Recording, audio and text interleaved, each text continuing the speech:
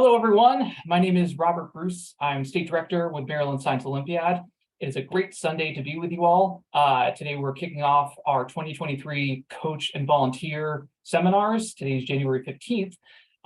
As I've said to the group, I am missing a Giants game for this, but that is totally fine. The goal for today is to spend the first hour talking about coach and team related functions and information for the upcoming regional season.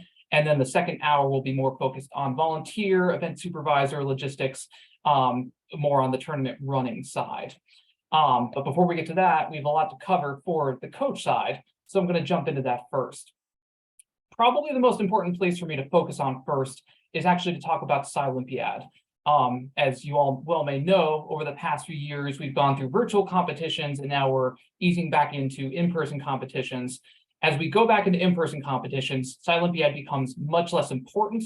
We're not going to be using it on tournament day. Everything's going to go back to paper and pencil. I'm going to say with a caveat, unless said specifically by your tournament.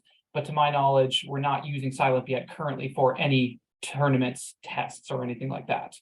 So the main thing you will use it for is team organization. And the most important thing I'm going to get to in the Olympiad platform is generating your signed team roster, which you need in order to compete on tournament day. So I'm going to spend the next few minutes sharing my screen. Let me bring up Olympiad and actually walk you through that.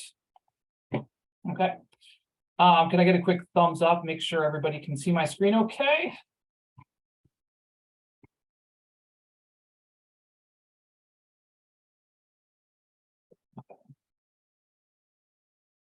That one. Well, hopefully everybody can see my screen okay. So this is the main Olympiad page. Again, you've come to know and love it. Everybody's registered in here, so this isn't brand new to everybody. What might be brand new is actually how we organize your team within the Olympiad platform. So what I'm going to do here, I am logged into my coach account. And what I'm going to do is I'm going to actually walk you through how you add students to this account, how you assign them to teams, and then ultimately how you generate the signed rosters that are required for your tournament. So I'm going to go to the head coach dashboard, and we're going to spend most of our time here under the student team event assignment tab. What this tab does ultimately is it lines up where you input your student names. You can assign them to events, although that's not required for in-person tournaments, and then ultimately create your principal certification form, which is the goal of what we're doing on this page. There's a lot of intuitiveness to this site in case you haven't operated with it before. On this page itself, you can basically go left to right, and these functions will walk you through kind of how this page works. We're not going to use all of them, but if you got to this page and were confused, you could basically just go left to right and it would walk you through. So the first thing to show on this page is the student pool, which is the list of all students that belong to all teams associated with your school. If you have multiple teams, this includes all students, alternates, A team, B team, etc. You're going to start by inputting all of them into this page. And this is actually something that's quite simple to do. You'll just come here, click on student name. We're going to start student 12 because I left off on 11. It's going to go student 12, student 12. If I can type. And then under grade, we're just going to put the grade number. This is set up as a middle school team, so I'm just going to put 8. We're going to hit enter. The login ID is automatically generated when I save it with this information. So I'm not going to input anything here. I'm just going to hit save change. And you'll notice that if we find student 12, that it created a login ID for the student. This is something that was used for virtual competitions. This is not something that needs to be used now. We do not have any tournaments, any events running through Olympiad. If the student wishes to use this to see what events they've been assigned to, they can. I'm not going to cover that. I'm just going to say that this login ID is not needed at this point. The only other thing that might need to be added to this page is an alternate, this alternate button.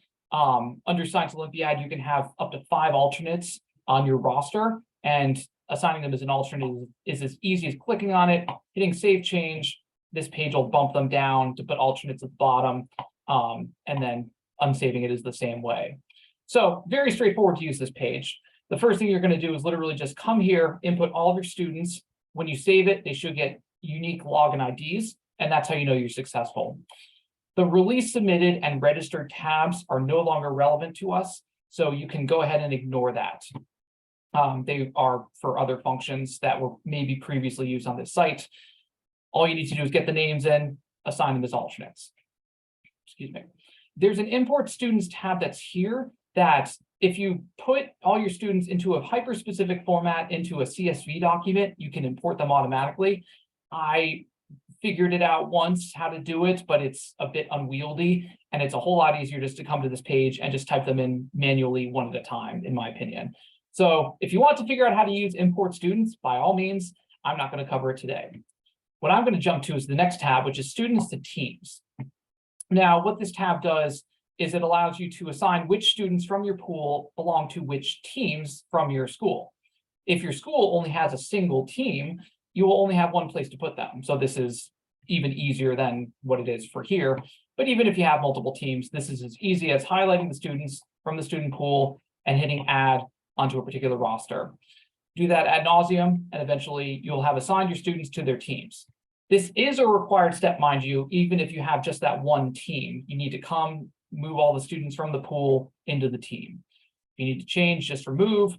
Only other thing for me to note here is if you do have an alternate, they show up with an asterisk next to the name under the particular team. That's how it notes it here and going forward as well. So it's as easy as that to assign students to teams. So now we're going to go back to the student roster and go to the next tab, which is students to events. As I mentioned, we use for virtual competition, you would use this this particular page in order to indicate which students compete in which events. And as I'll show you in a minute, it'll actually help to sort out like which events are in which time block, and it'll prevent you from assigning too many students to each event. How we're using it this year, this is purely for your reference. You do not need to assign students in this tab. This is just if you want to use Scilympiad to help you organize which students are in which events. And I'll show you kind of the Excel table essentially you can generate from that. But if you were to use this, you just come here, assign students to an event just by clicking the box. I mentioned before that there are some auto protections against doing things you're not supposed to. For example, bioprocess lab only allows 2 students. When I tried to add a third, it gave me an error message and wouldn't let it happen. When there are time blocks assigned, you'll see these will pop up as different colored columns, and it'll prevent the same student from being assigned to multiple events in the same time block. So that'll help you organize if you wish to do it that way. As always, come here, save changes if you so once you make changes, and then everything is updated. If you have multiple teams with your school, you'll come to the select team dropdown, and you'll notice that the other teams are available here to do the same thing. Rinse, lather, repeat until all students are assigned in events, and then we can go back to, so at that point, we can generate an Excel document off of this, or we can go back to team roster. And if you look at the event schedules tab, you'll see the same information lined out in a different type of Excel spreadsheet. This can be useful if you so choose. Time block will be filled in because we are going through and assigning the time blocks for regionals in this platform. I just haven't done it for this dummy tournament. So again, can be for your reference, totally optional, this particular button. What's not optional is the next step that I'm going to show you. So let's go back to student roster. Once we've assigned students to their teams, the principal certification button will become relevant. Principal certification, when I click it, will generate a waiver that puts the students into each team name. So you'll notice team BO1, and then these are the students assigned to that team BO1. If I scroll down to the next page, if you have multiple teams, you'll have multiple pages in this document. You'll see that team BO2 shows up here. There's your alternate. Notice it's in a separate essentially separate sheet, separate spreadsheet than what would be popping up above. So we know basically who the alternates are. What this also generates is the waiver that is necessary to be signed by the team. Here is the waiver that we have for all our teams. This is required to be submitted to us with a signature of a principal or a school administrator and a head coach or a team representative. It has to be an adult, mind you.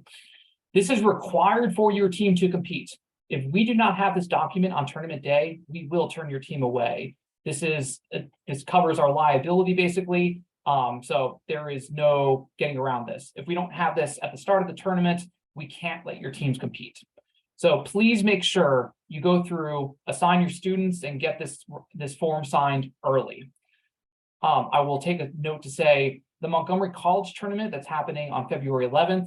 You have the ability to do this now. We have opened it up for you. For all other regionals, we just need to solidify team numbers. So please give us about a week, and this will be open for you and your teams as well. But like I said, please make sure that you get this signed.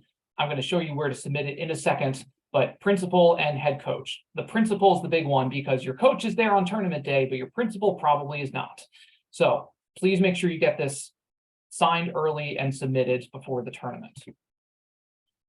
So hopefully I've drilled home the importance of the sheet. I'm going to go back now to where our student team event assignment is. I'm going to show you where to submit it. So we're now going to leave this page. We're going to go back to the head coach dashboard, which is over here on, oh, sorry, before I go, where it says signed releases, there is nothing here. There was an intended function of this button that is not being used this year. So principal certification is where you generate that roster form, and signed releases is not used. So please don't get stuck if you click on this button and don't see what I just showed you. But for now, I'm going to show you how to do this. So let me regenerate this. I'm going to save this. Just save it PDF. So I'm going to shove it in my downloads folder. And we're going to go back now to head coach dashboard. And then right above student team event assignment, there is an upload documents tab. You'll click on this, and then it's a really straightforward way to upload a document. Document type, team roster is your best option here. Upload the file. You can see that it's been uploaded, and we can see that it's been uploaded on our side too. So please upload your documents this way. If on tournament morning you haven't, so we're going to allow uploads up until about 7 p.m. the day before the tournament. If you haven't uploaded it to us by then, we will take it by email or hand it to us when you check in at the tournament, but please try to get it in early enough so it's uploaded here. Yes, that's all I have to say about that. So that's uploading the document. And that's what I have to say about the student verification form. I'm going to keep going. I'm going to go back to the dashboard, but if you need any clarification on that, please ask. Like I said, this is an important form for us. We can't let your team compete if we don't have it. Going back to the head coach dashboard, I mentioned that a lot of these functions are no longer used. I'm just going to highlight real quick the functions that are used that might be useful to you. Invite coaches is still useful.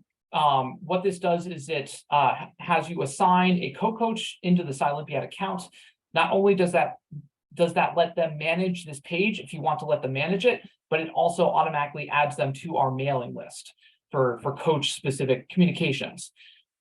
We ask that ultimately adults or an account that represents the team be added to invite coaches instead of individual students.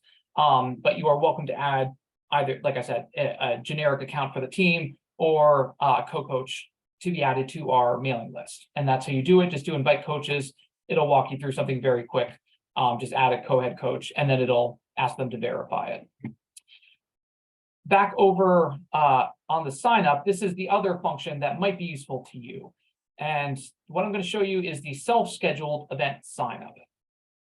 So why this is useful, when I show you the schedule, in case you aren't familiar with it, you're going to see that there's some events that are sign up events, that they're not assigned time blocks, they are sign up events. How you will sign up for time in those events is through this platform. You'll come to event schedule sign up, and it'll show you all the events that are eligible for sign up, as well as the slots available for you to sign up in. Signing up is really simple. You'll just literally come, find the time block you want. So for wheeled vehicle, let's say I want 9 a.m. for my team. I'm going to click sign up. If you have one team, it'll just take it and that's done. If you have multiple teams like I do here, it'll show you which team you can possibly pick. You can select all teams and it'll put them all in the block if available, or you can select individual teams. If you do individual teams, you can just click sign up again to assign everybody. And then when all teams are assigned, you see the word done pop up. That means that all teams have been assigned to their events. If you wish to change your events, you're going to come to show my signups, and you'll both see the time blocks that you have available, as well as you're given this delete tab. Hitting the delete tab and confirming will just very simply remove your team from their event sign-up. Once you've done that for all events, you can export to Excel if you so choose. This information is obviously here for your ability to have. Note on policy of this, I will presumably come back and say this again.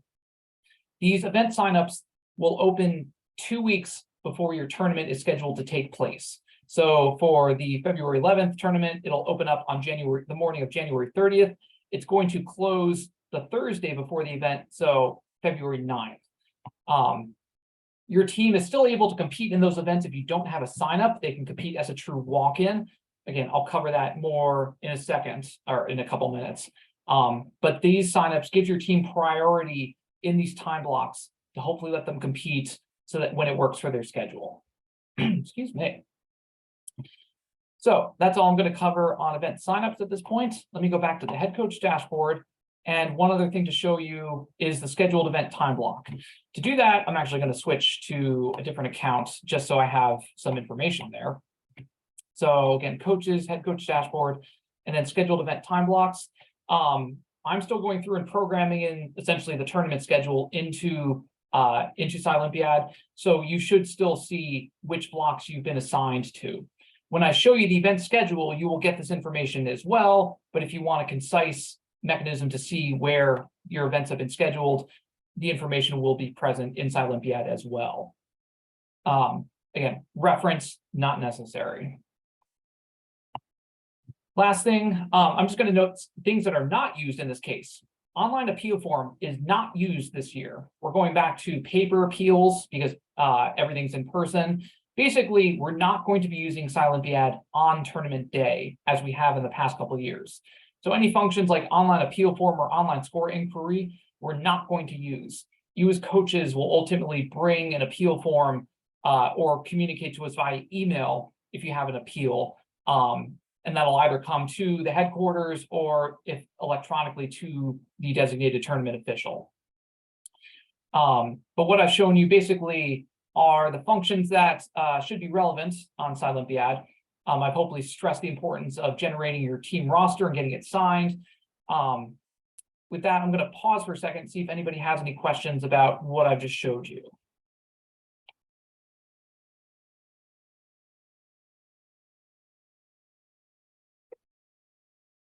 I have to admit, this is the first time I've talked for, well, going to be talking for a couple hours in a while, so I will build up the endurance to be able to do so. Let me check my notes. I believe I have hit all the topics that I wanted to on this digital platform. So if there are no other questions on SciOlympiad, I'm going to leave this site and I'm going to go through some other documents that you should be expecting to see. So the first one that I'm going to show you is the schedule. Once I find that. So this is a schedule from last year. We're finalizing all the updates for tournaments this year. So please keep an eye out for when your specific document is shared. I'll show you where the proposed document, the draft document is for you this year. But I want to use this as an example of a completed event schedule just to show you what information you will see. The first thing I'm going to note is actually how these blocks are assigned. Each of your teams from your school will be assigned a team number, and that team number will be used to indicate which time block your team will compete in for these different events. For example, if you're team number 1, at 8:30, you're going to compete in these first 3 events here: cell biology, experimental design, and forensics. At the 9:30 block, you'd compete in these 3 events: detector, green generation of rocks, and then in this third time block, you'd compete in these 3 events. Same thing with the afternoon. The idea here is that each team has the same event overlaps as everybody else. Every team at some point has these 3 events happening simultaneously. So while each team competes in these events separately, every team has to deal with the same event overlaps and the same restrictions on which students can compete in which events as a whole. The exception to this are the sign-up events, these build events. I just showed you on the last page how you sign up for these events, but the idea is that these events are open signups for 3-hour time block that they take place for. Gravity vehicle and ping pong parachute in this tournament ran 8:30 to 11:30. And so students would have the ability to sign up and compete during those times. I mentioned before, when you sign up, you're given priority during the time block. However, and if you don't sign up, you can compete as a true walk-in, where event supervisors will accommodate as you go. The formal policy we have is that event supervisors have the ultimate say on who runs when. If you have a sign up at 8:45, but event supervisors deem it necessary to run somebody else, or if they're running behind or something like that, they have the ultimate say of who runs when. The goal is to be fair to your students. We know that everybody tries to schedule students as complexly as possible to do as many things as possible. But just to say, signups are for priority. They don't guarantee that you compete during that time. We will do our best to accommodate as we can, but it's up to the event supervisors on that. That's all I have to say about the event time blocks. Other information on here, you'll obviously be given the location of the events. I want to note the impounds that are happening here. Impound events mean that any equipment that you're using for that event has to be brought to the testing space before the event happens. Most of these tend to be build events, so like gravity vehicle and trajectory, you'd be bringing your launcher and your car respectively. For these others, you have to bring your Wi-Fi lab setup and your timing mechanism for It's About Time. They have to be left, as well as any equipment that you're bringing for the event. So for example, if you want to bring, say, a tool kit to possibly fix the tool mid-event, if you don't bring that during impound, it is not considered impounded. And if you want to use it, you'll have violated impound.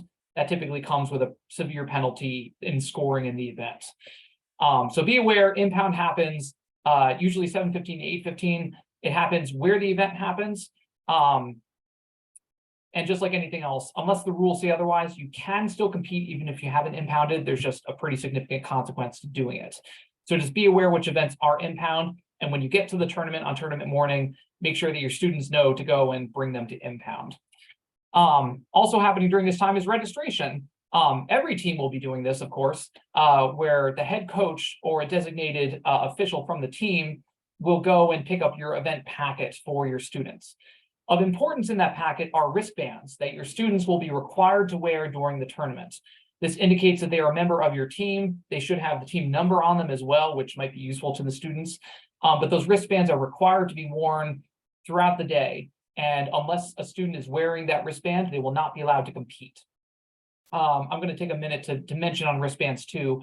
If your student ends up tearing the wristband, breaking it, or otherwise falls off and they can't get it back on, the student and a team official should come to the registration table to the headquarters, and tournament officials can give you a wristband to give to the students, but they must be present, and essentially we must see it happen for it to be considered legit. The reason being, there are team restrictions, right? You're only allowed 15 students to compete during the day. And so this is the mechanism through which we keep teams from effectively adding students to the roster. So wristbands are important is the moral of the story. Students need to be wearing them. You'll get them in the registration packet from 7:15 to 8:15. And I'll just note real quick, if we don't have your signed team roster at that point, you won't get your registration packet. Therefore, you won't get your wristbands. Therefore, you can't compete. That's the mechanism we use to keep your teams from competing. All right. So apart from that, hopefully things kind of make sense, your time blocks. There will be information on here as needed about legends and everything. There's usually a little note here about awards. We are trying to go back to in-person awards where we can this year. This is not true for all tournaments. The Montgomery College tournament, for example, is going to have a virtual streaming award ceremony the Sunday afterwards instead of in person. That information will be put on the schedule as well as obviously communicated to everybody. But in a nutshell, that's all the information that's on the schedule. As always, if you have any questions about the schedule, please ask. I'm just going to show you real quick a draft of your schedule is. That brings me back to the Scilympiad page. And under resources and tournament documents, this is where we upload all the documents that I'm both showing you as well as you will receive for relevant to the tournament.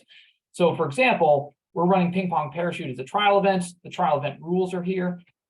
Excuse me.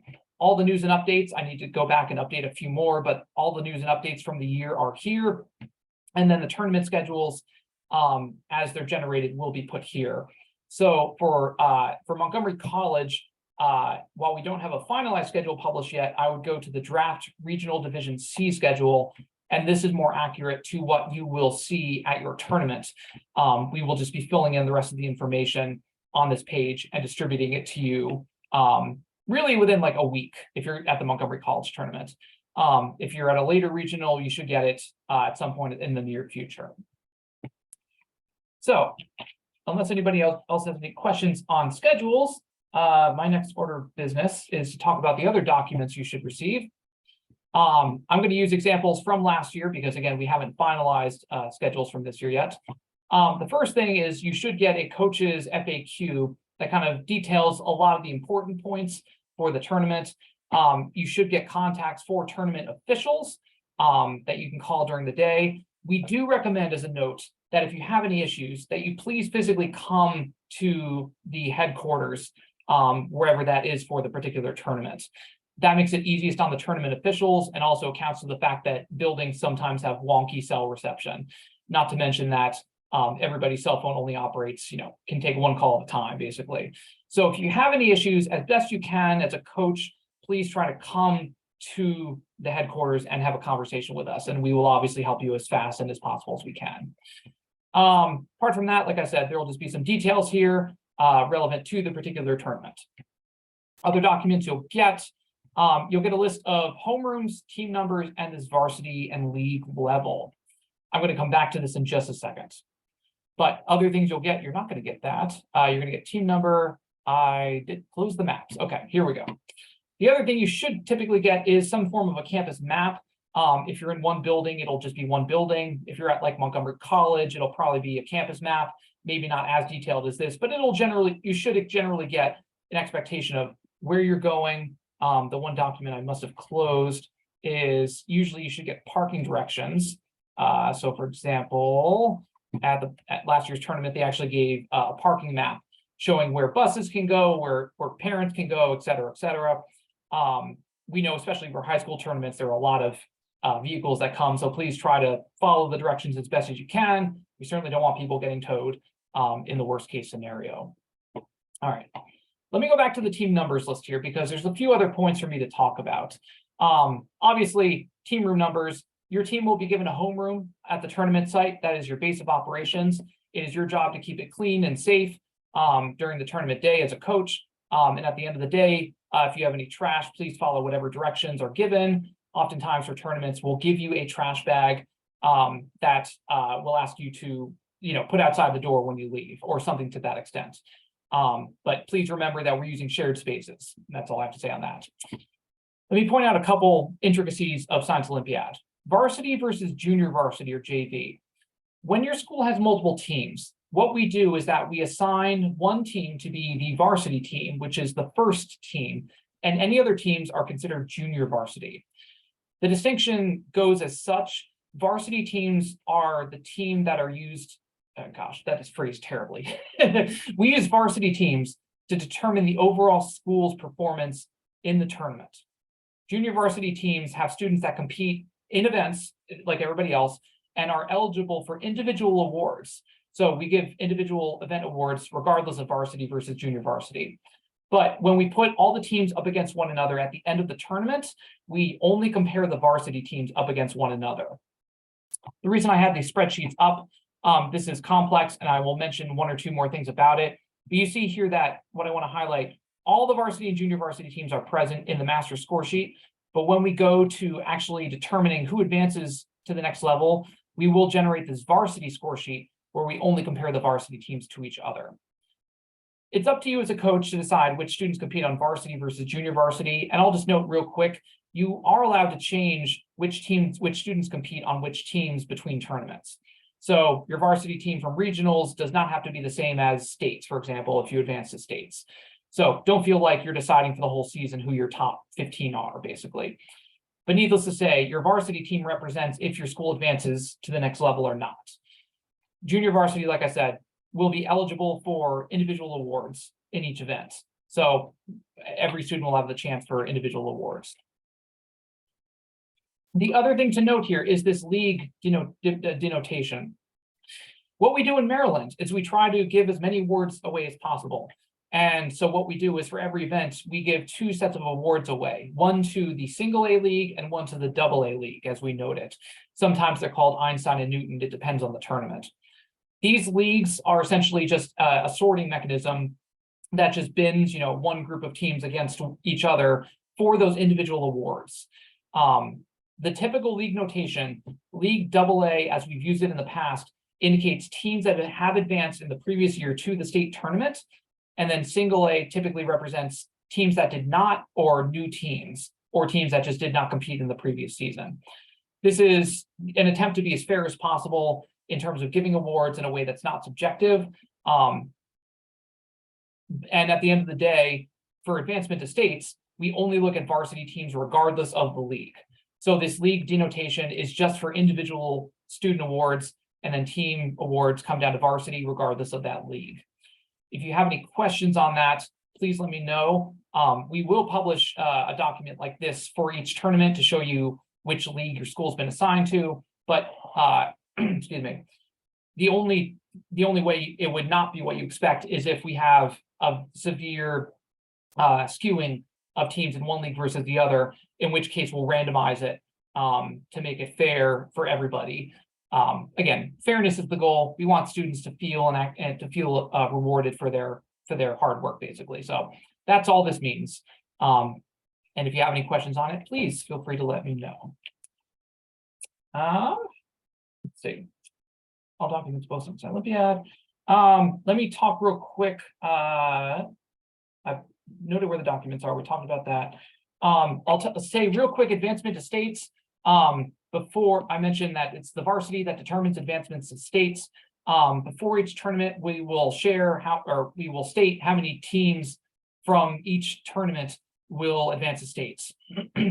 It's functionally what it is. It's a weighted average of the number of schools that compete at each tournament. The state tournament has a fixed number of 24 teams per division. That's 24 middle school teams and 24 high school teams. And then we just take a weighted number based off of how many schools are competing at each regional. That'll determine how many slots are available to advance to the state tournament. And then we literally will go down the varsity rank, and the top, just say here, 10 teams will be offered an advancement to the state tournament. If the 10th team can't go, we offer to the 11th team, and so on and so forth. Pardon me. So that's how advancement works. Again, I said that really quickly. If you have any questions, feel free to ask. I'm going to talk real quick about the score sheet and how we calculate these overall scores. So let's go here. So this is an example score sheet from last year for anatomy and physiology. We've taken the raw scores for each team, tabulated them. First thing I'll note, this NS that's here, NS refers to no-show. What happens in Science Olympiad is that no-shows are penalized for not having competed in an event. They're given the worst rank possible +1. Science Olympiad operating off of golf scores, where lowest score overall wins. Having a no-show means you get last place, plus you get an extra bonus point, where a bonus point is negative in that case. So no-shows are ranked at the very, very end. What's not shown here, there is participation that's possible. Participation is where a team gives an honest effort, but is not successful in accomplishing the task. If a team gets a 0 on a test, sometimes we'll give them participation points. And this is more relevant in terms of build events, where sometimes a team, say, car comes and dies on the starting block. The event will sometimes give them a mechanism for participation points. Participation basically ranks them last overall. It is 1 point better than no-show, so it is better to have showed up and tried than not to have tried at all. And then lastly, disqualification is also possible. This is hopefully very rare because it involves like an infraction of some sort, a violation of the rules, or in some, like if a student cusses out an event supervisor, for example, they may be disqualified.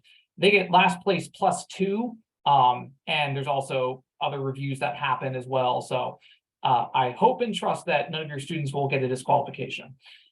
Anyways, how we generate, this is where the basis for the event scores come from. It's just ranking the scores, accounting for the no-shows, participations, and disqualifications. We generate rankings for each event. So for example, Team 10 wins this event, they get first place. And what that means is if we go back to this master spreadsheet, if I look at Team 10, and I look at their anatomy and physiology score, they get 1 point because they got first place in the event. And that's just the simple tabulation across the board here. You'll note a bunch of 37s. That's because I mentioned no-shows receive last place +1. There are 36 teams at this event. A no-show is worth 37 points in the overall scores. Participation would be 36 and disqualification would be 38 in this tournament. Once we've run all 23 events, we will calculate the total score simply by summing the ranks of all those particular events, and then the lowest total score will get the best rank. So in this case, Centennial with 98 points wins. Any trial events are separated out from that overall score. That's hopefully a pretty obvious statement, but you can see visually here that's actually what happens. We do still give individual awards for those events, so we encourage participation. That's where this sheet comes from. And then, like I said, going to the advancement, literally just taking the varsity ranks out of that. Hope that makes a bit of sense. If you need more details on this, ask questions, or all of this is Science Olympiad policy.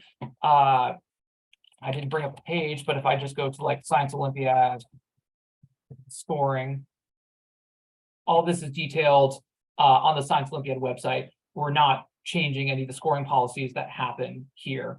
We just modify things to give individual awards. That's all we do. So I've talked about advancement to states. I think the last thing for me to talk about is appeals. So it is your right as a coach to appeal something that happens to your team in an event. If you believe that they've been officiated unfairly, you have the ability to submit an arbitration form and request adjudication and essentially to benefit your team because something unfairly happened. Couple of rules I'm going to note with this. First off, arbitration is only for your team. If something happens to another team, that is not eligible for you to arbitrate. It is only things that happen to your team and unfair things that happen to your team. You can phrase it in a way where another team was given an unfair benefit, but unless you say, and we didn't, we're going to, you see how it works in that case. It has to be something that affects you and solely you, not something that happened to other teams. There's a focus on which rule or procedure was not followed. We're basically going to the rule book here, and if something was violated, we want you to highlight which rule or general policy was violated. Just saying that something, oh gosh, what's the line that I use?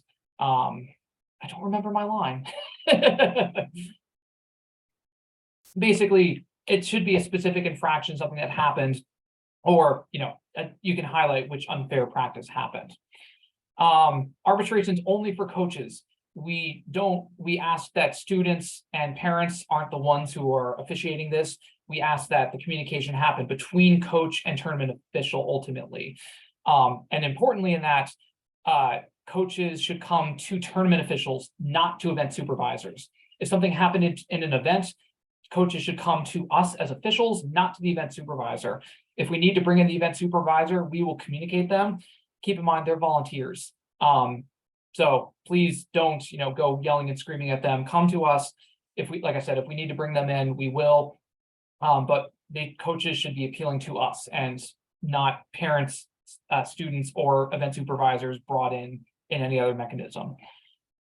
So how appeals work: within an hour of the event ending, a coach can bring an appeal form such as this. It'll probably be this form. Bring it to the tournament headquarters.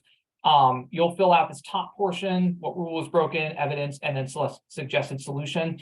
Tournament officials will take it to the event supervisor and get their opinion, see what they saw happen. And then an independent arbitration committee of 3 people will ultimately arbitrate and decide the final solution.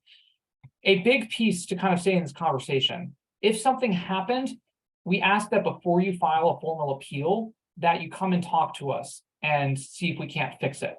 I feel like 95% of the time that something happens, we're able to fix it without an arbitration policy. Arbitration is first, it's like I said, it's your right. I will not stop you from doing it, but usually when something happens, we're able to fix it in the moment, whereas arbitration brings in a bit more of a lengthy policy where a lot of the time, the only resolution is to kind of throw out the event because we have no ability to give a fair outcome to the team. We just have to say this is now a trial event, and that's the only fairness that we have at that moment. Again, it's your decision how to handle it.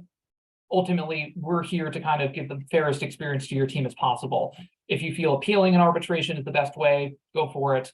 But for my time, I would encourage, if it's my money, I would encourage speaking to us before it happens. We will say appeal if it's what needs to happen, basically. But that would be my recommendation on this topic.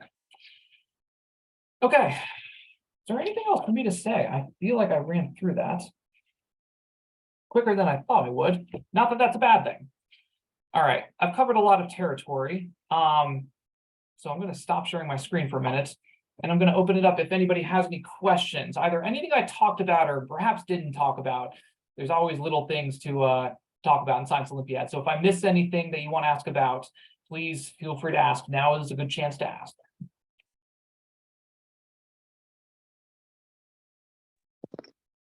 Hello.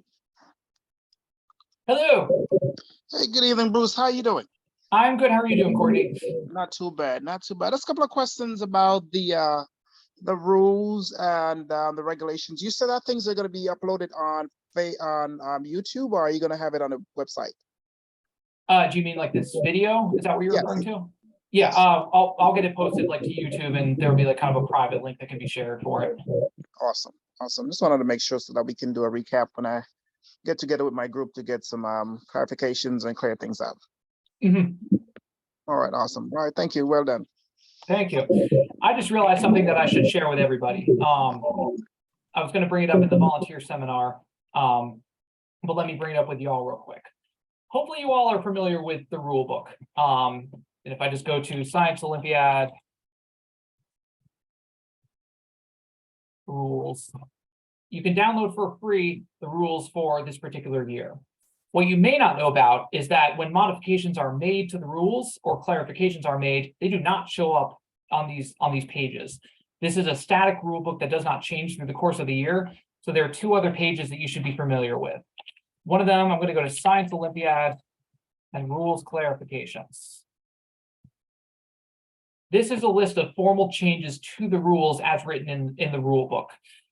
These just happen over time as things are noted. Sometimes they're very specific about like which chemicals and which material are popping up on the event. Sometimes they will be clarifications on, to specific lines about how test apparatus should be set up in the case of bridge.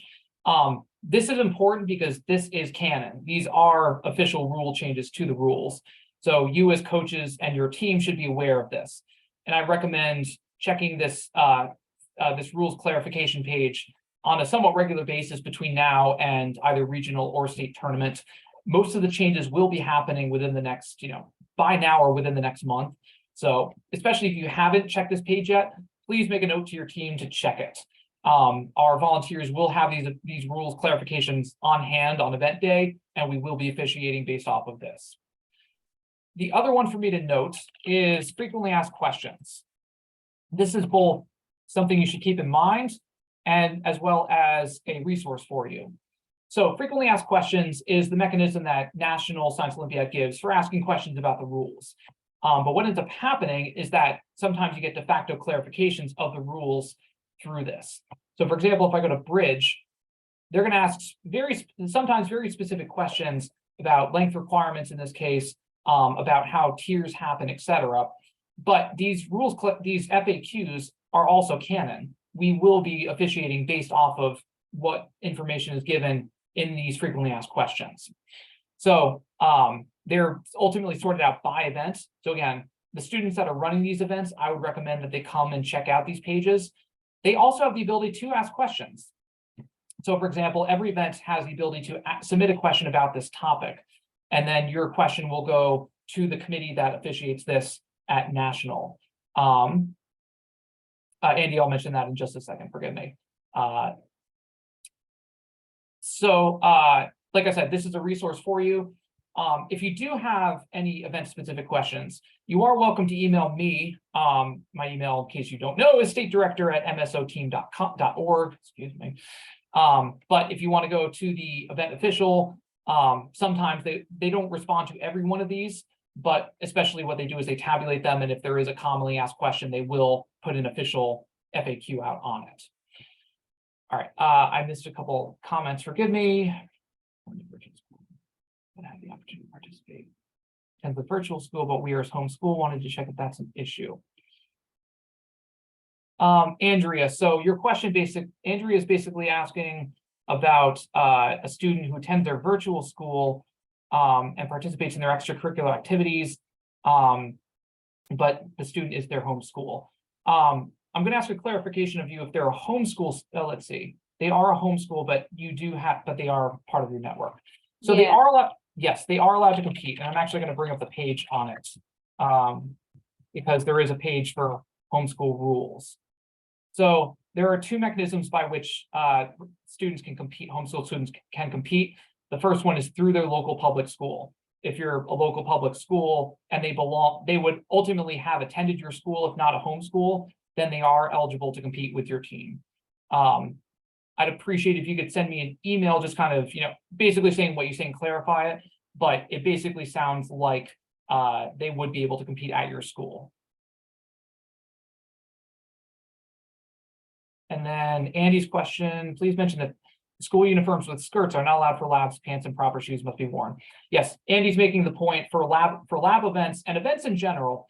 Real quick, I'm going to bring up an example of the rules from this year. Once I find that, I've had many documents up. That's not one that I've had. At the beginning of each event is a list of requirements that the students must bring eye protection, look at eye protection for each event. It will note, a letter number, I believe at the back of the rules or somewhere in the rules, it notes what that eye protection refers to. If it says the students need to have eye protection, they will be turned away if they don't have that eye protection. Also within the rules document, I'm not going to find the page because I'd be sorting through, but Andy basically notes that there is a specific criteria for attire that's expected to be worn for lab events. And what he's mentioning is that uniforms with skirts are not allowed. Lab events specifically require coverage, leg coverage, so long pants, as well as closed-toed shoes. Like Crocs are not allowed for lab events. So highly recommend, reading through the rules, making sure you understand what's required for each event. I said I wasn't going to do this, but let me see if I can find real quick what page. I'm not going to find it that quickly. But there is a page on here that denotes essentially what proper lab attire is. 72 is the eye protection guide. This is close to the thing. Yeah, it's in this. So what I mentioned before about category C, this is what category C refers to with the eye protection. So please look through your events, see what's required for lab events. Again, make sure that, long pants, aprons are typically required for them as well. Just make sure you understand. Because MSO's policy is that event supervisors typically, the rule is that event supervisors do not provide protective equipment that's expected to be covered by the rules. There are very rare exceptions to this, but please don't rely on it, would be my suggestion. Especially at the state tournament, the policy is that that tournament officials will not be giving protective equipment to students. We will just ultimately ask them to leave and obtain it some other way. So I hope that covers your topic, Andy, and thank you for bringing that up. And forgive me.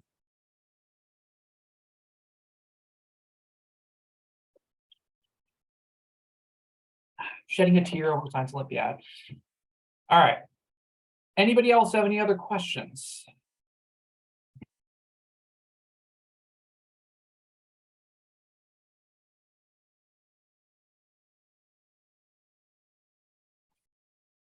Well, in that case, I will make sure to thank everybody for coming. Thank you so much. Like I mentioned to Courtney, I think it was, the plan is to upload this to YouTube and have a shared link. If you're on the sign up genius for this event, I'll send it out to you all. That'll probably go up tomorrow. It takes time to buffer, that's all. If you have any questions, obviously, please feel free to reach out. I'm running another seminar like this in a month, and then we'll run another one before the state tournament. But hopefully, especially for those competing at Montgomery College, this has been a good resource for you.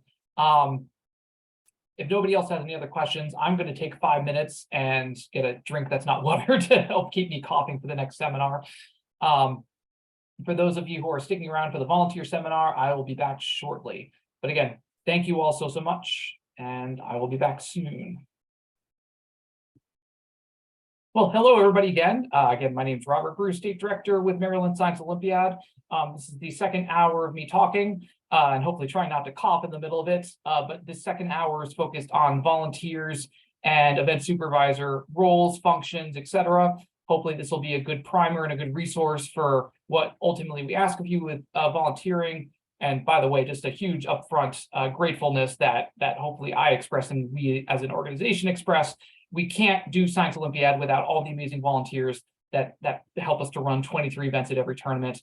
Y'all are awesome. Thank you for giving your time, your energy, your expertise. Today is meant to be a resource to help you kind of match, what ultimately what we're looking for, because Science Olympiad exists, for a reason. So hopefully today will kind of help to line out what we do and the whys we do it. And so since I have a nice PowerPoint presentation, hopefully I'll show that. Get that up and running. Did that come through for everybody? Yes. Awesome, thank you. All right. So this is the slide I'm kind of sharing, stealing from something I said before, but I think it's important to say again, really, Science Olympiad, at least as we have it in Maryland, exists for two factors. We want competition. What we're going to talk about today are a lot of rules and practices that focus on the competition and how to run it fairly, how to adjudicate, etc. But I want to highlight the first point here because I think it's arguably more important to say in this context. We exist because we want to promote positive educational experiences for students in STEM. I trust that you all want to do that too, since you're helping to giving of your time and energy to do that. But I want to highlight that as event volunteers, you all are the ones who are most directly implicating those experiences for the kids on tournament day. These kids build up for months, building up towards an event to prove what they're capable of. And essentially you all are helping to bring that about. I bring this up just as a reminder, you all are kind of main conduits for us to help promote these positive experiences towards the kids. So ultimately what I ask is that, amidst all of the competition, all the focus on rules and practices, and hopefully we don't have to talk disqualification very much, that you just remember that what we're doing is giving a positive experience to kids. I ask that you help us to do that. A lot of it's just through simple fairness. And that's hopefully a theme that'll kind of percolate throughout. But your help to creating this is invaluable. So obviously, thank you for your time and energy to help us to do that. So the first thing I'm going to say is that we really try to track our volunteers through the Sign Up Genius for regional tournaments right now. If you haven't already and you're planning on volunteering, or if you're already assigned as an event supervisor at one of these regional tournaments, please take the time, it's less than 5 minutes to register on one of these sites. We've created neat little bit.lys that make it easy to remember. There are longer URLs that I can share if those don't work for you. But please do get on there. If nothing else, it helps us to maintain the volunteer email list. So when we have to give out information to our volunteers, you're on the list to receive that information. I'll note real quick, a lot of the focus here is going to be for regional tournaments. It's both practical because that's where we are, as well as the state tournament is going to have a few different policies when that comes out. We haven't opened up volunteering for the state tournament. I'm going to note that the current planning for the state tournament, Johns Hopkins policies are going to require background checks as well as doing a specific training for them, which I believe is like a 10-minute video. I'm not going to cover that today because we're not prepared to distribute that. Be aware if you're planning on volunteering for states that information might look a little bit different than what I'm going to say here. But for now, what I'll cover is for the regional tournaments. They're on the bit.lys here. I'm actually just going to click on one of these links and to show you that it's really easy to go through. You'll just sign up for a particular slot. When you're on here, make sure to indicate if there's a particular event you want to volunteer with. Gabriel here said he wants to do environmental chem lab, or if there's like a topic area you want to help with, etc. If you don't know, you're welcome to just put anything or that you don't have a preference. And if you would rather help with logistics instead of being in in the event room running with students, you are welcome to say that too. We need people to do that as well. More information we have, the better. But please do, if you're hoping to help out or are already signed, please try to get on the Sign Up Genius. I already said that. about 1 to 2 weeks, hopefully closer to the 2 weeks before each event. If you're on the list, you'll get information specific to the tournament. Information like that will be similar to things like we'll send out an FYI, which has important contact information, any specific, policies relevant to the tournament, a little bit of a recitation of what I'll say today. But you'll get like maps of the building. We'll give you like a parking map of places to park. Sometimes we give event supervisors better parking than the teams. You'll get like the schedule of events, which I'll go through a little bit later, what that looks like. A whole bunch of goodies basically, and everything you need. So just be aware that that'll come a couple weeks before the tournament. If you have any questions, you're obviously free to reach out to me at any point along the way. Oh, and I kind of already said this, for the state tournament, it'll look a little different. That information will come out when it's ready to come out, basically. All right, prior to your event, keep in mind when you're volunteering in this, I'm just going to say if this is in an event, if you're assigned to an event at a Science Olympiad tournament, keep in mind that you're essentially acting as the official for that event. A key piece of being that is that you understand what the event is and knowing the rules for the events. Some of these have a modicum of complexity to them. And so while it's hopefully an intuitive statement to make, please make sure that prior to your event, you have read and more importantly, understand the rules associated with your event. The event rules are free to access on the web through this URL. You can just Google it, Science Olympiad rules, and it'll take you there. 2 other websites that I'm going to highlight that are equally as important, especially if you're an event supervisor, is the rules clarifications and the frequently asked questions. I showed these in more detail in the last seminar, but these show updates to the rules that are not in the event rules book. Rules clarifications are formal changes to the wording in the rules or formal changes to the rules themselves. FAQs are ultimately clarification questions asked by students and everybody else in the Science Olympiad community. And sometimes what happens is it provides a clarification that's a de facto, rules update or modification. So please make sure you're looking at these, especially right before the tournament to make sure if there's any changes, about them. If we do our job right, we'll put these in the event packet, so you'll have all of this on event day. But please just make sure ahead of time this, you're interacting with it. If you have questions, statedirector@msoteam.org. If I don't know the answer, there is a whole slew of people across the country, if nothing else, that'll be able to answer your questions about each event. You're ultimately, like I said, the event official, so please, make sure you can do your job the best you can, and we're grateful for that. One other thing prior to the event, as we assign volunteers to the event, we ask that you try to communicate with them as best as possible. In some events, there is a level of complexity. Sometimes there's multiple things happening, or simply helping the other volunteers to know what they need to bring or do ahead of time is beneficial. So as much as you're able, we will share, we're welcome to share, especially with event supervisors, who the other volunteers are, or if you're a volunteer, we can put you in touch with the event supervisor. And you can have discourse as needed or as desired, basically, before the event. And like I said before, just a reminder, you're the expert in the room. And as a volunteer, especially if you're an event supervisor, you have a million resources around you, both virtually as well as on tournament day. But the more that you do ahead of time to understand your event, the better experience it'll be for the kids. And we're grateful, obviously, for you being that expert in the room. When you arrive on tournament day, from a formal standpoint, on the Sign Up Genius, it'll have general time blocks. We will clarify which events that you're going to be assigned to in most cases. And then we ask if you're a general volunteer that you arrive at least 30 minutes before the event starts. That's you at check-in basically 30 minutes before. If you're running the event, we really ask you try to get there 45 minutes, if not earlier than that. Because it's your responsibility to set up the room and make sure you have all the tests and logistics. The earlier you are, the better, basically, but that's kind of an expected timeline that we're trying to set. You'll check in at event headquarters. If you're the event supervisor, you will receive your event packet, which will have, if we're providing it, all the tests. There will be documents for you to fill out, and I'll kind of go over that later on, like scoring documents. But we'll also know that you're there, and we will be grateful to see you. So please do check in at event headquarters wherever it is. you will get a volunteer t-shirt. All volunteers receive a volunteer t-shirt. I just placed the order for them, and you'll see the design within a couple days when I get to posting that on social media. And that is our thank you for your time. It is not until much later I say we also provide food and lunch for you when you're there. So that is also our thank you for your time. But the earlier you get there, the bigger the bigger choice. The larger stock there is to choose from, basically. Let me talk about the event schedule real quick. This is an example from last year. And I showed this to the teams before, as to the coaches before.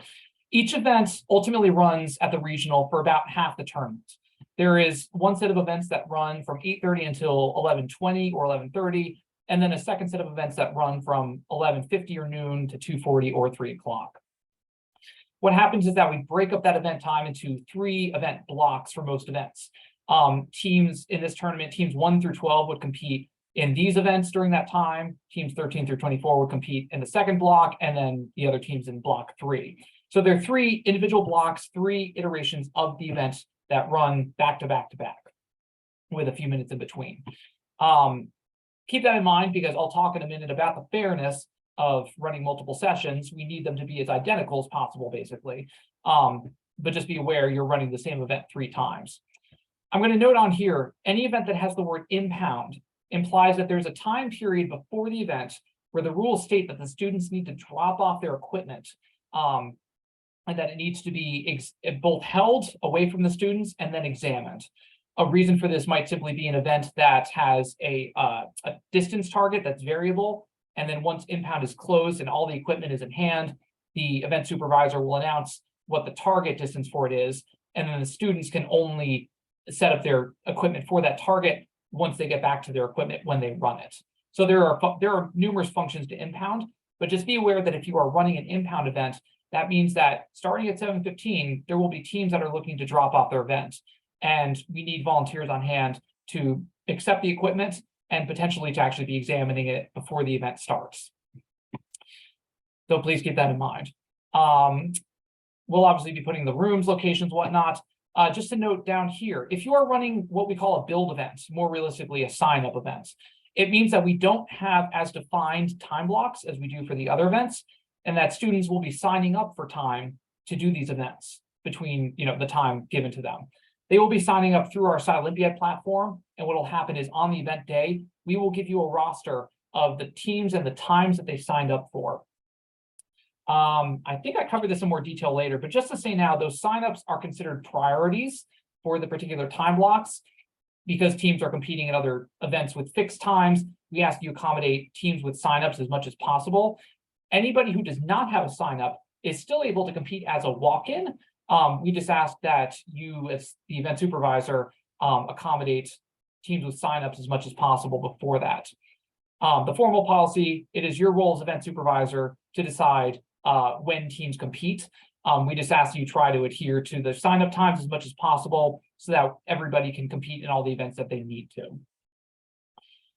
So I think that's all I have to say about the schedule itself. As part of the event documents, you will get an event schedule. And I'm going to go real quick to the website, our Olympiad website. If you're unaware, our website we're operating off of right now is olympiad.com/MD. You do not need to create an account here this year because we are running everything in person. So no worries about creating an account as we have the last couple of years. What I come here to show you is just there's a resources tab and then a button that's tournament documents. A lot of the documents that I will be showing you, such as the schedule, such as logistics, we will post here as well under the useful documents. The one most relevant to this conversation is the draft regional schedules here. These are closer to what our schedule will actually look like this year. If you're helping at Montgomery College, that'll be updated and posted very shortly. For the other tournaments, they'll be posted in the near future. But just be aware that these are here, so that we will email you with the information. But hopefully, if you can't find that, you can come to this useful docs page and you'll be able to find the information you need. Back to the PowerPoint. Oh, I totally skipped that I had lines here. So sample schedule, multiple iterations, events with sign up. I did mention that. And then the last thing is most of our tournaments, we're running an award ceremony on the tournament day. Last year, we were running virtual awards. We're trying to go back in person as much as possible this year. And what that means is that we need our scores for each event to be submitted within 2 hours of the event ending. I'm going to talk a little bit practically about how we recommend you be scoring during the event as much as possible. But just be aware that we're hoping to have scores due 2 hours after the event ends. On a practical note, we typically put the events that are tougher to grade in the morning. So if you run long, you have more leeway. But about 5:15, we're starting an award ceremony, and we need to have as many scores as possible, and all scores really shortly thereafter. So just be aware that's kind of how we're operating on event day. And I mentioned the impound. All right. I'm blocking my own view. Student check-in. So we're now at the event. The volunteers have checked in. The event supervisor and other volunteers are now ready for the students to walk into the room. The first thing you're going to do is you're going to check in students against the team roster. You won't know the individual students or their names. That will not be on the team roster, but you will have a list of all the teams that are expected to be there. And as I mentioned with the schedule before, you should know what team numbers are supposed to compete in that time block. Your first goal, check in which school they are and that they're supposed to be in the room at that time. We do not allow students to jump between time blocks. That is almost 100% of blanket policy. There's very, very few exceptions to that. So you'll check them in against the team roster, and then you're going to check the wristbands on the students. One of the things we do, in case you're not aware, Science Olympiad team construction means that the teams can only have 15 students competing for the team over the course of the entire tournament day. How we regulate that is that we give the team a set number of wristbands that the competing students wear on tournament day. And so your job when they walk into the classroom is to check if they have the appropriate wristband on their wrist. When I say appropriate, it should have the team number on there that corresponds to their school. Sometimes they won't know their team number. It's a good resource to have. But in either case, they should have a wristband on their wrist, not on their backpack, not torn in half. It should be on their wrist. If you are running a trial event, which is, I believe, only this year ping pong parachute, this policy does not hold because we allow alternates from the team to compete. But for any other event, they should be wearing wristbands and the team number should be present on them. I think I say this later, but I'll say it now. If they walk in and say they don't have their wristband or their wristband is torn, turn them away, tell them to go back to their coach. It is their coach's responsibility to come to tournament officials and get that fixed. It is not your job as a supervisor or a volunteer to fix it for them. Tell them respectfully they need to go back to their coach. Check resources. In the event rules, and I'm going to show this to you real quick just so you have it as a reference. Once I find it again. Did I close it already? Forgive me. Give me a second to pull the rules back up. But what I'm trying to get to is that at the beginning of each rule manual, each event, there is a list of resources that the students are allowed to bring into the room. For example, anatomy and physiology, event parameters. Each team may bring one 8.5 by 11 sheet of paper, which may be in a protector or laminated. There is a set of resources that the students are allowed to bring in for each event. It is your job basically to check that they have the appropriate materials and do not exceed that. If they choose to bring less, that is perfectly fine for the most part. I'm going to retract that. For the event parameters, when it's notes and things like those, they do not need to have that. I retract that because goggles and protective equipment, they must have. So the moral of the story, check the event rules, see what they must bring, see what they're allowed to bring. And when they walk into the room, you should look at what they have and see if it matches that. So for anatomy, they may bring a sheet of paper. But for, say, bioprocess lab, they have to bring an eye protection, which is C. And as I showed to the rest of the group a couple of minutes ago, at the end of the manual, that refers to eye protection at 72. Category C refers to a specific type of splash goggles that the students must have for the event. So they must walk into the room with that. And the moral of the story is, depending on what event you're running, you should be checking that they have the appropriate equipment and do not exceed what they need. Oh, and here's the wristband. If they break it, send it to their coach and to go to HQ. That's what I meant to say there. So that's student check-in. Event setup. So this is, maybe I should have put this a little bit before, but as students, especially as students walk into the room, you should assign seats and try to keep them, separate from each other. They shouldn't, they're competitors at this point. They shouldn't all be clumped up together. Try to put them, separate tables and space them as much as possible.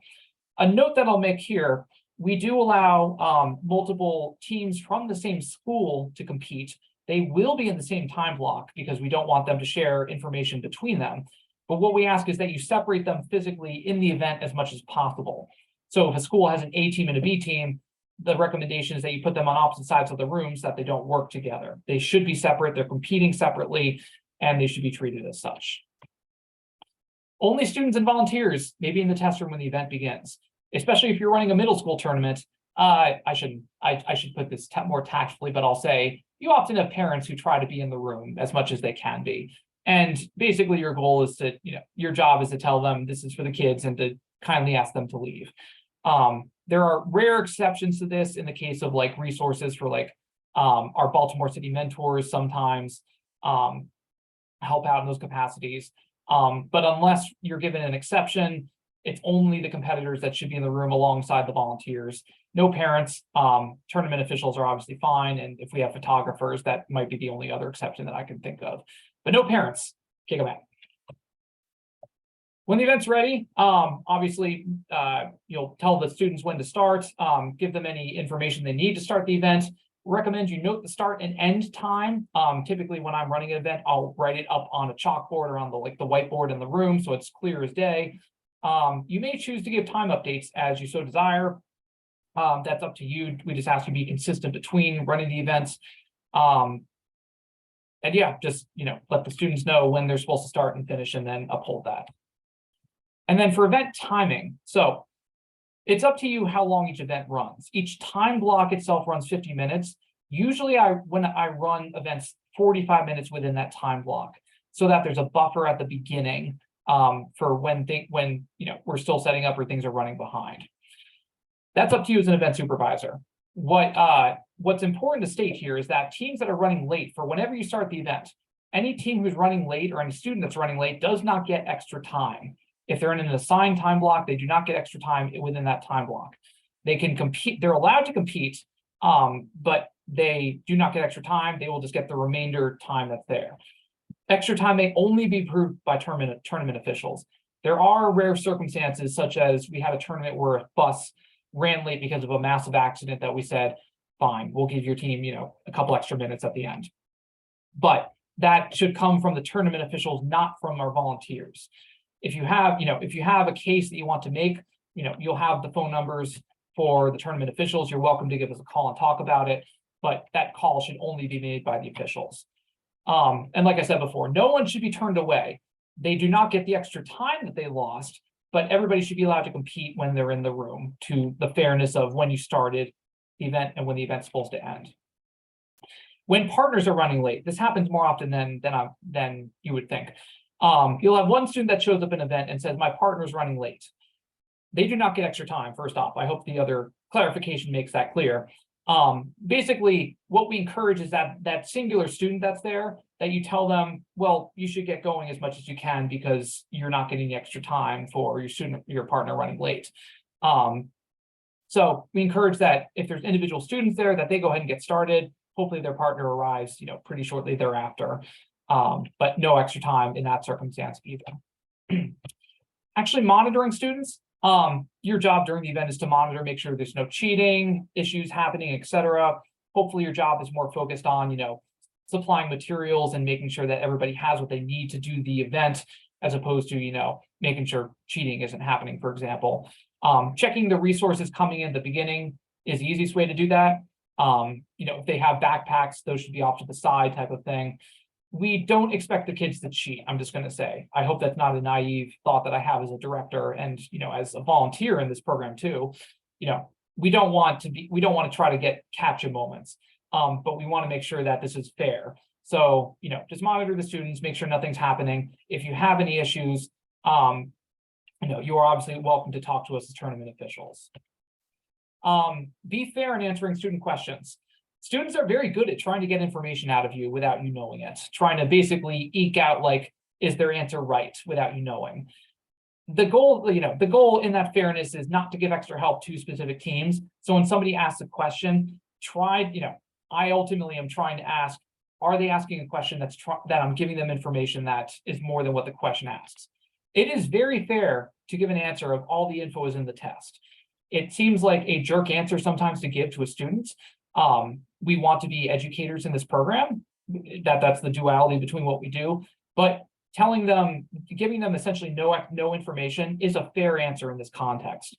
If it's a question that's unfair, it is arguably equally unfair to all students. And so while we don't want that to be the case, we also don't want to unfairly help a team.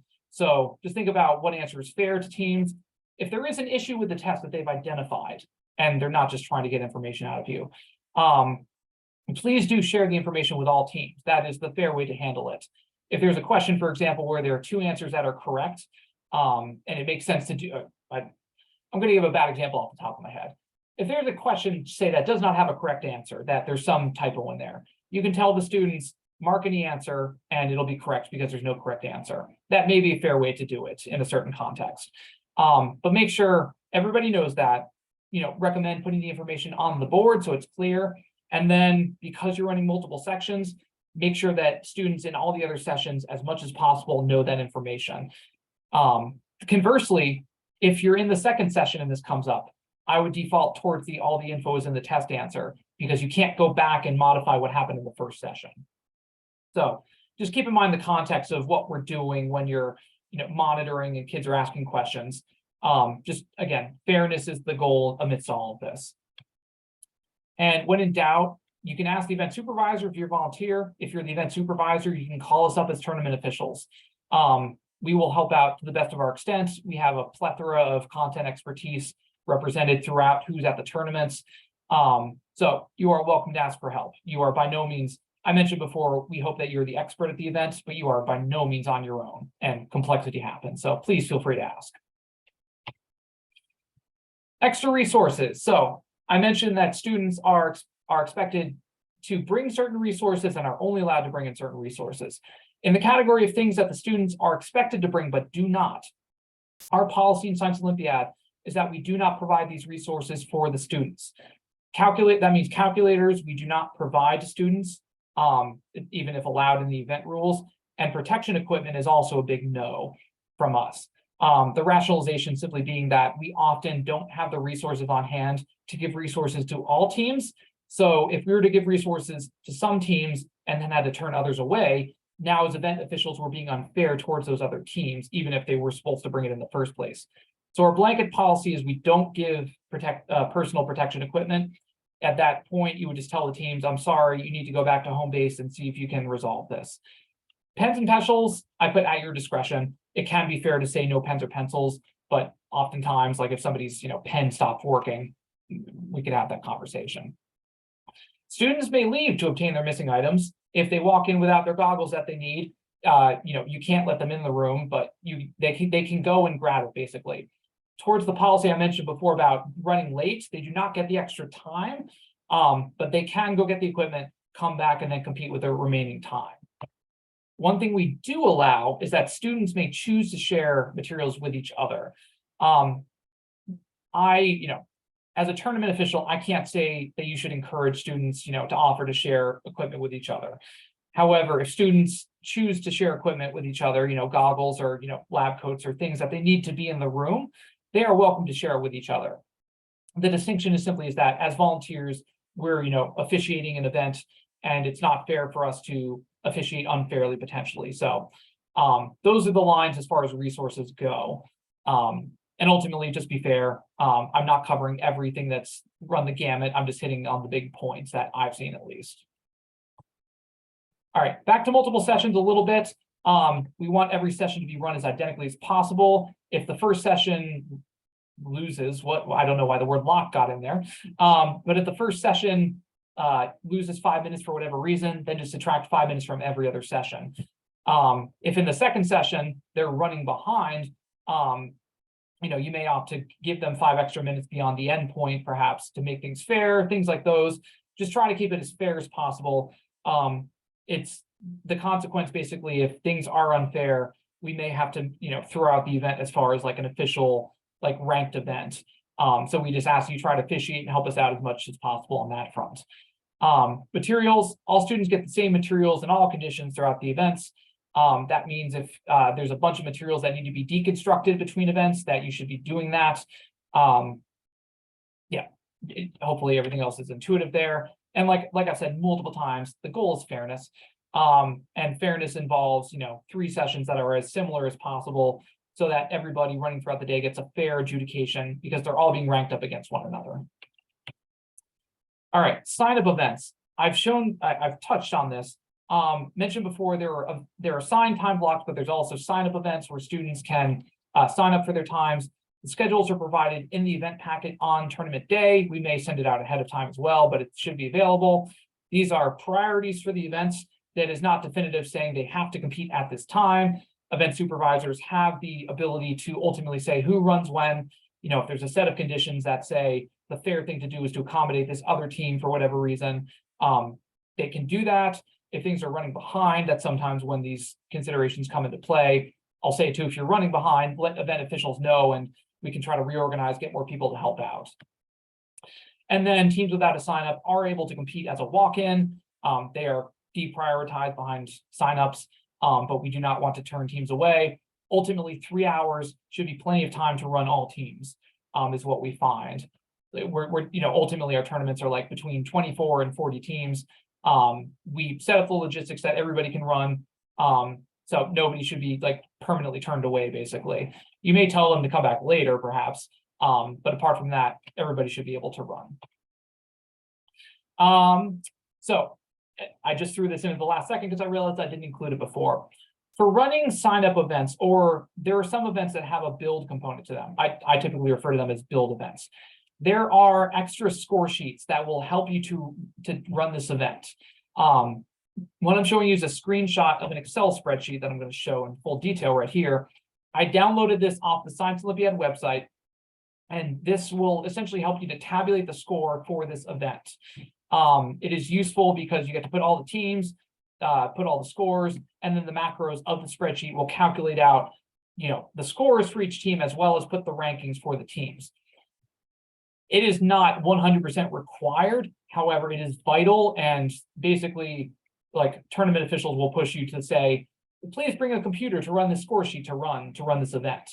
How it's going to happen, basically, you'll have the score sheet, you will have a corresponding checklist. So this checklist here is also off the Science Olympiad website, and it has, you'll see numbered columns that have you go through the rules and how to officiate each particular structure. This is for bridge, so it's evaluating their bridge.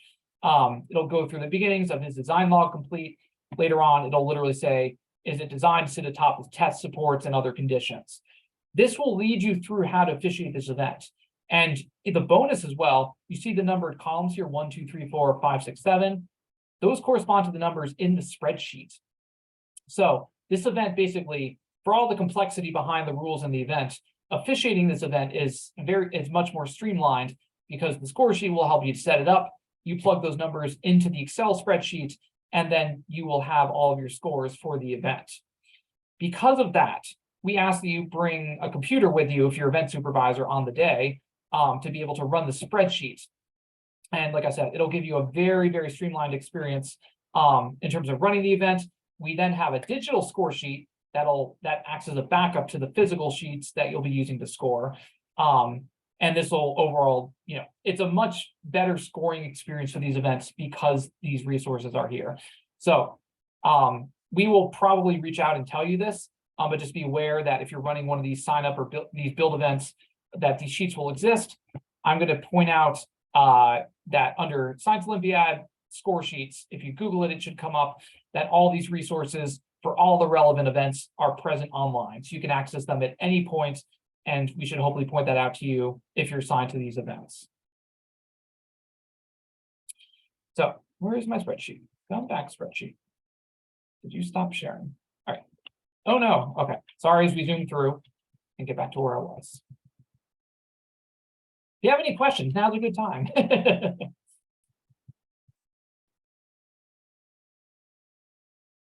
Okay.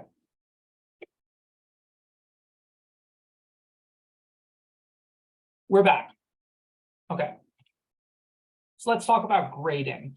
So this is probably on the opposite end of talking about build events. This is events where you're grading physical sheets and tests and whatnot. Again, the word fair pops in. Grading should be done fairly and symmetrically. Hopefully when we're constructing each event, that the rubric should be detailed enough that when you pick up the test, that you're not just left to subjectively, score each event. If it's multiple choice, it'll be pretty obvious how to grade it. But for open-ended questions, for any details about points, awarding policies, refer to the grading rubric and how they should be assigned. When it's not there, it is your job essentially as an event official, as a volunteer and event supervisor potentially, to come up with fair practices for how you're grading. Be consistent, be fair. This means we don't give guessing penalties. I should have put that in writing. There are no guessing penalties. We should be adding points instead of subtracting as much as possible, giving partial credit where we can. And when you're doing this, have a rubric in mind. You can actually write it down, and we encourage that actually. In one of the test documents you're going to be returning to us, write down what the rubric is that you used if it's not there. That way we can backtrack what you did. But the point being, this is all out of context. Be fair with how you do it. For grading open-ended questions, I write here that the same person, you should consider having them grade all of them, because that means that it's the same level of subjectivity given to the same question across all teams. If you can't do that, you should at least be discussing and comparing, making sure that two different people aren't grading, very unfairly with each other. By this point, we're past test design a little bit. Hopefully that test design helps to minimize this, but when it comes to execution, just be fair when you're discussing, when you're grading across different people and different events.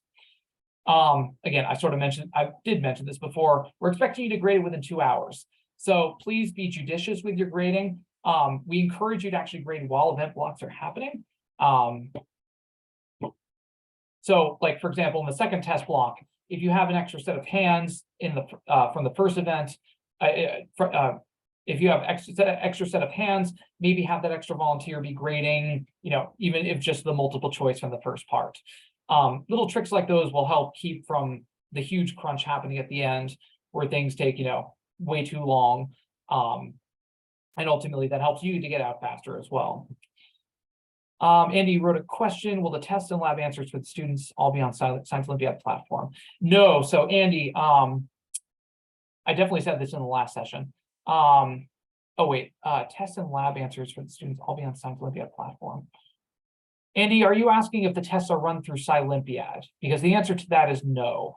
Everything is going back to paper pencil this year, as far as I know. If there are exceptions, I'm not aware of them at this point, but everything will be paper tests. Okay. I was assuming that's what your question was.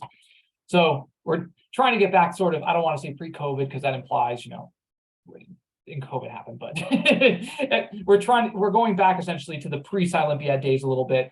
I detailed in the last hour how Olympiad is being used for setup, but we're not using Olympiad on event day. Everything is going to physical resources, and then I can show you actually the master score sheet that we use on the back end for tabulating scores a little bit. But no Olympiad basically, as far as we can. Nostalgic for paper. Yes, I'm nostalgic for the night before printing out, hundreds of papers to try to have logistics documents. Whether or not that's a good nostalgia, I don't know, but that tends to happen. All right, back to the slides. Grading rules. No ties allowed in Science Olympiad. This is the policy across the board. We do not allow ties at all. So it is your job as graders to come up with ways to break ties. Hopefully a well-constructed test will have good tiebreakers in them. But inevitably we have tests where it comes to the graders to come up with a grading solution on event day and having to break that tie. A couple easy tiebreakers you can pick: scores on part of a test or scores on a particular question. Again, in the fairness category, this should be done out of context. So you're not like staring at two tests being like, well, which question can we pick to break the tie? Like, if you need to put the two tests face down, be like, which question, pick a number, question 18, go back and compare it. They're still the same, keep doing that ad nauseum. Your test should, and I would hopefully say will, have some tiebreakers built in. But push comes to shove, it is still your job to break ties, so just do it as fairly as possible. You know, if you're to the 13th tiebreaker, chances are it's a coin flip between the two, and we're talking one rank between the other, which hopefully isn't tournament breaking for either team. So, moral of the story, no ties. All right, finalizing grading. This screenshot is an example of the score summary sheet that will be given for each event in the event packet. So the event supervisor in the event packet will have an example will have a copy of the sheet that's for your tournament. This is obviously from last year. On the left is just a bunch of descriptions. The event supervisor should fill out the front part of the top part of this, name, cell phone, because we might need to contact you. Most events are high score wins. There's like one event every year that's low score. And then if it's tiered. And then on the right here is the relevant information you're going to be asked to put in. Here are all the teams. I should say, we recommend you use the score sheet for event check-in. So going back to the beginning of the talk, when you're checking teams in, it's helpful to actually go through and just put check marks that they're present. Oh, I totally forgot to put the system of stickers that we have in this talk. We will have a system of stickers that will help you to double check which teams are present and which are not. And the moral of the story is that you'll have a sheet of stickers that have each individual team. When they come in and you give them a test, you take the sticker and put it on their test. And at the end of the event, any sticker you have left over on that sheet are teams that were not present. So you have mechanisms to know which teams are no-shows, or NS. But I also recommend that when you're checking in teams, that you use this sheet and you put check marks when the teams come. That way you have multiple mechanisms to know which teams were present and which weren't. Anyways, the information you absolutely need to put on here is score. That's obviously the big one. If your event is tiered, which applies mostly to like build events, you'll put the tier as indicated by the rubric. And if you're using that digital score sheet, which I'll show you real quick, this will actually list the tier for you to put. So that information should be there. Under the comment tab, under the comment column, you can put relevant information. One big thing to put is if there are ties. That's kind of detailed at the bottom left here, helping to indicate which team won a specific tie is useful. Well, we ask you to do that basically. Just say that they won tie A. A trick you can pull. So this is subjective, and I'm just going to say we do this on the back end anyway. So this is a trick you can pull. Instead of just leaving the scores tied on the sheet, if there is a tie that's broken like this, and team one wins the tie, you can simply put 0.1 in addition to the other score. And what'll happen is that, they won the tie, they're effectively going to be ranked higher anyways. So by giving them the 0.1, it helps in our systems where the system will not indicate a tie. Like I said, when we're putting it into our score sheet, we end up putting the 0.1 anyway somewhere. So you are welcome to do that on your end. If not, obviously you need to indicate who won the tie so that we know who, which place essentially these teams should be ranked in. But like I mentioned, there is one of these sheets per event. We will refer to the sheet when the event supervisor goes to score counseling. So this is one of the important sheets that you'll need to fill out at your particular tournament. So here are all the things that I just said. Right final scores, scores for score, tiers for tier. I did not mention this, and I should. In the Science Olympiad rule book, there are 3 exceptions to having a score. There is participation, did not participate, and disqualified. Participation happens when a team gives a quote, honest effort, unquote, to compete in an event, but is unsuccessful. Examples of this are if a team takes a test, actually tries, but scores 0, or there are a lot of build events that give a specific note if like a car fails or a plane fails and can't run, that they should be given a participation score. They are given a score of P. It ultimately means that they're ranked in last place in the event. Literally, there are 24 teams, they will be given 24th place. So if participation applies, you'll put a score of P. If they did not participate, meaning they are no-shows, you should put, this says DNP, NP means the same thing, but you should put DNP or NP as their score. Just to note the consequences that gives them last place plus 1 rank worse. So Science Olympiad penalizes teams for not having showed up to an event at all by making them worse off than the last place team. And then the last one, which hopefully doesn't happen, but is in the rules, is a disqualification. Disqualification means that the team did something that warranted, being disqualified. That's redundant. But something like, cheating, for example, is an easy disqualification. If the team is being belligerent towards an event supervisor, that is, there are, what's the word? There's an etiquette code that's expected to be followed. That is grounds for disqualification if they're belligerent. Hopefully this doesn't happen to you, but if it does, from a scoring standpoint, they should be giving a score of disq in the numbers. It'll give them last place plus 2 below that. So disqualification is the lowest score you can possibly get for an event. I didn't write this down, but if disqualifications happen, it should be immediately noted to the tournament staff. We're expected to communicate with the team, but also that's to protect you and make sure that there's nothing else that's happening, basically, making sure everything is at least resolved from what happened.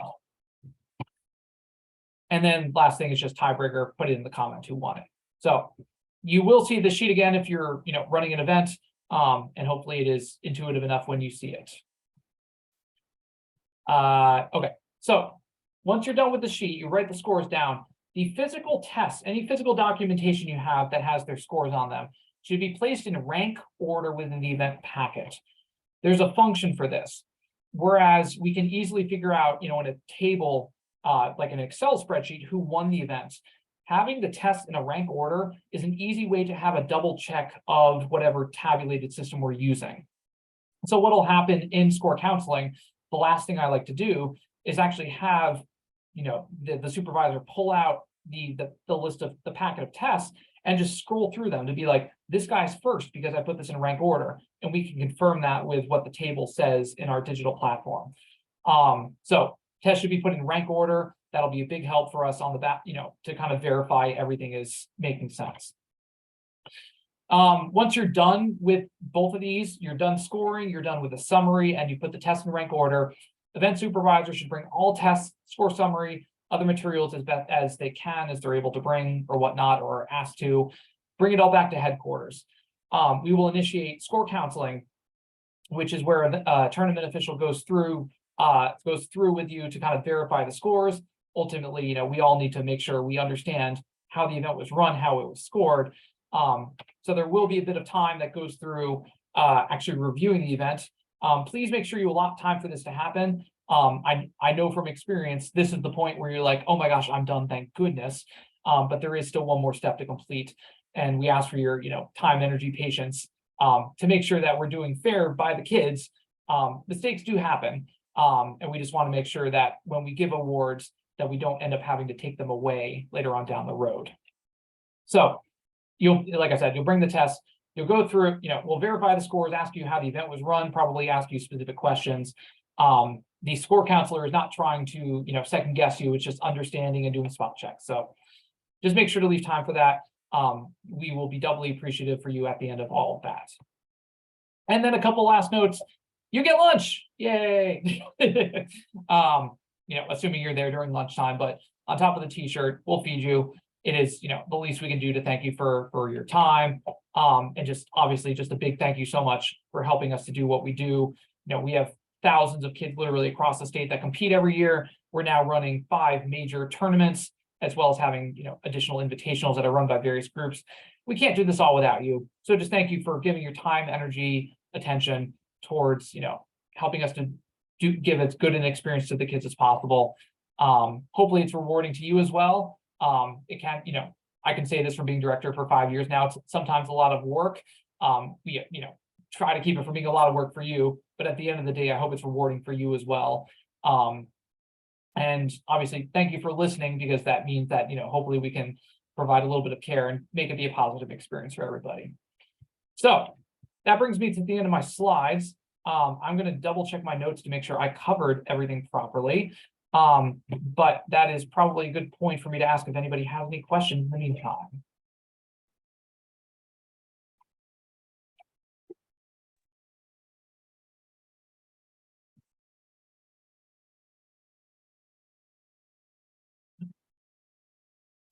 Hi, Bruce. I guess the presentation is going to be available for all of us over here at Yeah. some point. So yes, assuming you signed up on the Sign Up Genius, I'm gonna like get the recording together, put that as like a YouTube link, and then I'll also send out the slides. Okay, and first time volunteer here. I wonder if there if there are some YouTube videos on how the events is like. Just I know what kind of stuff I'm dealing with. Although Gabe is probably there to guide me through a lot of the stuff. Mhm. Just want to be better prepared than not. Yeah, so as far as event resources go, there's often multitudes of resources for the events. If you're asking if there's like recordings of the event being run, I would say that's pretty rare. If nothing else for like privacy reasons, but there are numerous resources available. I forget what event you're helping out with, forgive me, or had been Yeah, assigned probably to. the one in Morgan State. That's what I signed up for. Okay, do you know like which particular event you're helping with? Has there been anything assigned? Let me take a look. Okay. Excuse me. Feel free to email me. I'll just point out, let me share my screen again real quick. I'll show you one little trick. Yeah. Okay, anyway. I'll show you one little trick, because if you do Science Olympiad and then any event basically, so let's just say ChemLab. There's a page associated with each event. So when you know what event you're going to be working with specifically, you can type it into Google search or go to the Science Olympiad page. There will be resources available. For something like ChemLab, it's going to be more content focused. But an example I'll give is for Bridge. Okay. If I could type. Close enough, it got me there. There is a YouTube video somewhere in here. Here we go. Bridge construction, a YouTube video. So this particular event has like, a 20-minute, almost a 20-minute video that shows everything there is about this event, from bridge construction to actually like testing it out at the back end of the video. So there are a number of resources. If it's not adequate what's online, feel free to reach out in either case. But that's, very good places to start basically and figure out about your event. Okay. All right. Thank you. Absolutely. And thank you obviously for helping. Amanda put a question: is there a general policy on spectators at build events, or is that determined by tournament location? I'd say determined by tournament location. Typically for build events, we do like to encourage people to watch as much as possible. They're allowed to watch. They're not allowed to interrupt or interfere, correct? Like they're not participants. But if we're in like a gym setting, what we can do is we can put caution tape up kind of to mark off where the event stage is happening. And then as long as nobody's directly interfering with the event, they're allowed to watch and be present. And like I said, I encourage it. That's kind of one of the cooler parts about Science Olympiad, is getting to see those events, in my opinion. So I encourage it. And, I'd say in other states, it becomes like a spectator sport, some of the events. We more get like, people from the team that come and watch. But I think it's a cool experience, and I would, recommend we allow it as long as we can, basically.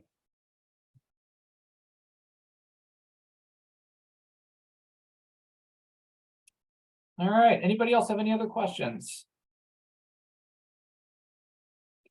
Well, what I'm going to do real quick is I'm just going to stop the recording. I'm not, closing out just yet, but let me just say, if you're watching online, thank you so much. Really appreciate all of your help for making Science Olympiad awesome, and have a great evening.